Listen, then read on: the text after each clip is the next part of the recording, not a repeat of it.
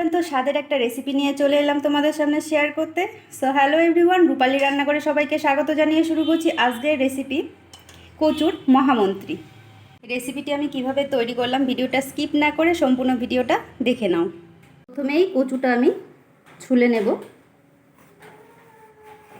দেখো এরকমভাবে আমি কচুটা ছুলে নিচ্ছি। দেখো কচুটা আমি এরকমভাবে ছুলে নিলাম। এবার মাছ বরাবর আমি দুভাগ করে নিচ্ছি। এরকমভাবে দুভাগ করে নিলাম। এবার এরকমভাবে আমি কচুটা পিস পিস করে নেব। দেখো প্রথমেই আমি এই দিকটা কুচি কুচি করে কেটে নেব।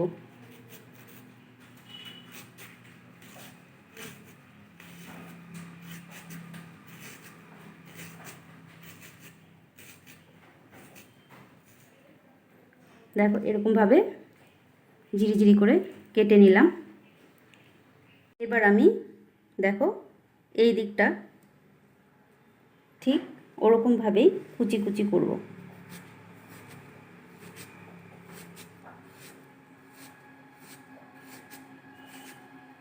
দেখো কচুটা এরকমভাবে কুচি কুচি করে নিলাম। এরকমভাবে সবগুলো কচু আমি কেটে নেব। দেখো সবগুলো কচুর টুকরো আমি এভাবে কেটে নিয়েছি। কড়াই বসিয়ে দিয়েছি। এবার কড়াইয়ে দিয়ে দিচ্ছি কিছুটা পরিমাণ জল, দিয়ে দিচ্ছি নুন আর হাফ চা চামচ হলুদ গুঁড়ো দিয়ে জলটা কিছুক্ষণ ফোটার জন্য আমি ওয়েট করব। দেখো আমি পাটায় নিয়ে নিয়েছি আদা, জিরা আর শুকনো লঙ্কা, এগুলো আমি এখন পেস্ট করে নেব। দেখো জলটা ফুটে গেছে। এবার আমি এখানে দিয়ে দিচ্ছি কচুগুলো, দিয়ে একটু নাড়াচাড়া দিয়ে আমি এখানে এটা সেদ্ধ করব না, জাস্ট 2 মিনিট ওয়েট করব। দেখো 2 মিনিট হয়ে গেছে। এবার আমি এগুলো নামিয়ে নেব। এদিকে আদা, জিরা, শুকনো লঙ্কা পেস্ট করা হয়ে গেছে। এবার আমি এই কয়েকটা কাজু পেস্ট করে নেব। দেখো কাজুটাও পেস্ট হয়ে গেল। এবার আমি অন্য পাত্রে নামিয়ে নিচ্ছি। এবার আমি 2টো পরিমাণ টমেটো এখানে আমি মিক্সার গ্রাইন্ডার করে ব্লেন্ড করে নেব। এবার একটা পাত্রে নিয়ে নিচ্ছি কিছুটা পরিমাণ বেসন আর নিয়ে নিচ্ছি 2 চামচ পরিমাণ কর্নফ্লাওয়ার, দিয়ে দিচ্ছি হাফ চা চামচ পরিমাণ হলুদ আর কিছুটা পরিমাণ নুন। এবার এটাকে খুব ভালোভাবে মেখে কিছুটা জল অ্যাড করে আমি ব্যাটারটা তৈরি করে নেব। আমি হাত দিয়ে গুলে নিচ্ছি।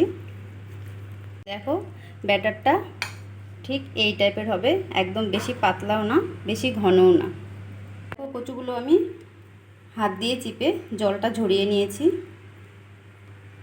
এবার কচুগুলো আমি ব্যাটারের মধ্যে সবগুলো দিয়ে দেব।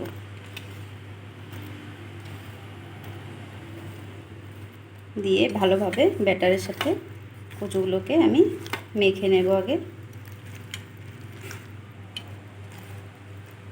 এদিকে কড়াইটা আমি আবার ভালোভাবে ধুয়ে বসিয়ে দিলাম। কড়াই গরম হয়ে গেছে। এবার দিয়ে দিচ্ছি তেল। তেলটা একটু বেশি পরিমাণেই দিতে হবে। এবার আমি ওই গরম তেলে কচুগুলো আস্তে আস্তে ছেড়ে দিচ্ছি।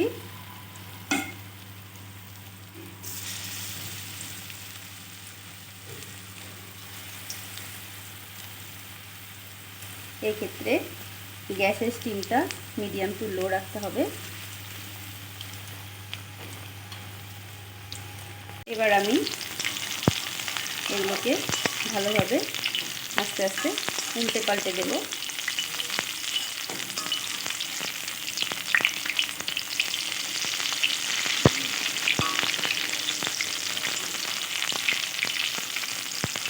দেখো কচুগুলো খুব ভালোভাবে ভাজা হয়ে গেছে। এবার আমি এগুলো নামিয়ে অপর এরকমভাবে আমি ভেজে নেব। এই বড়াগুলো দেখো ভাজা হয়ে গেছে, এবার আমি নামিয়ে নিচ্ছি।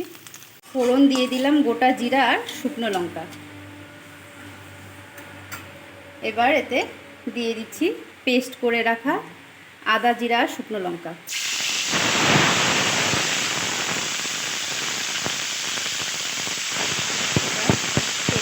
মশলাটা আমি একটু নেড়ে চেড়ে মিশিয়ে নিচ্ছি।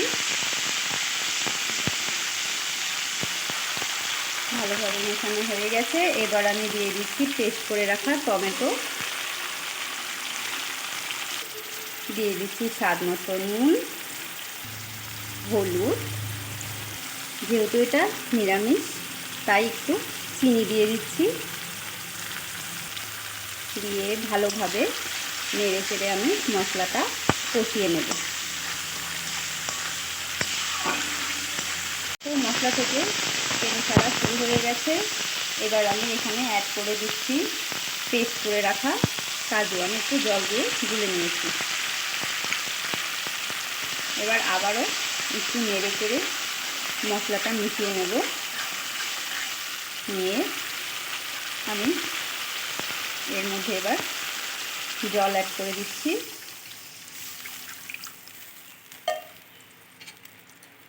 এবার ঝোলটা ফোটার জন্য আমি 5 মিনিট ওয়েট করব। দেখো ঝোলটা খুব ভালোভাবে ফুটে গেছে।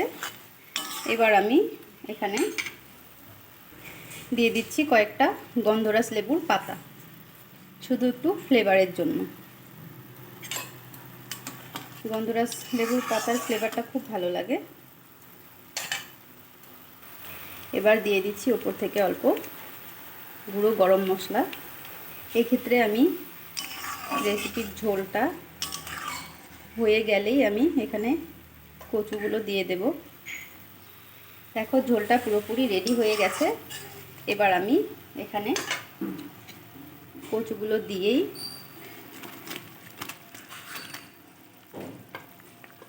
একটু নাড়াচাড়া করে আমি রেসিপিটা নামিয়ে নেব। তো ফ্রেন্ডস, তোমরা কে কোথা থেকে আমার এই রেসিপি দেখছো অবশ্যই জানাবে। ভালো লাগলে তোমরাও একবার বাড়িতে এরকমভাবে ট্রাই করে দেখো, আশা করি ভালো লাগবে। তো ফ্রেন্ডস, আজকের রেসিপি কচুর মহামন্ত্রী হয়ে গেছে। দেখো আমি সার্ভ করে নিয়েছি। রেসিপিটি তোমাদের কেমন লাগলো অবশ্যই জানাবে। ভালো লাগলে লাইক কমেন্ট শেয়ার করে অন্যদেরকেও দেখার সুযোগ করে দেবে। আরও নিত্য নতুন রেসিপি দেখার জন্য আমার চ্যানেলটিকে সাবস্ক্রাইব করে দিও। তো আজকের মতো এই পর্যন্তই। নেক্সট কোনো দিন অন্য কোনো রেসিপি নিয়ে তোমাদের সামনে হাজির হব। সবাই সুস্থ থেকো, ভালো থেকো। নমস্কার।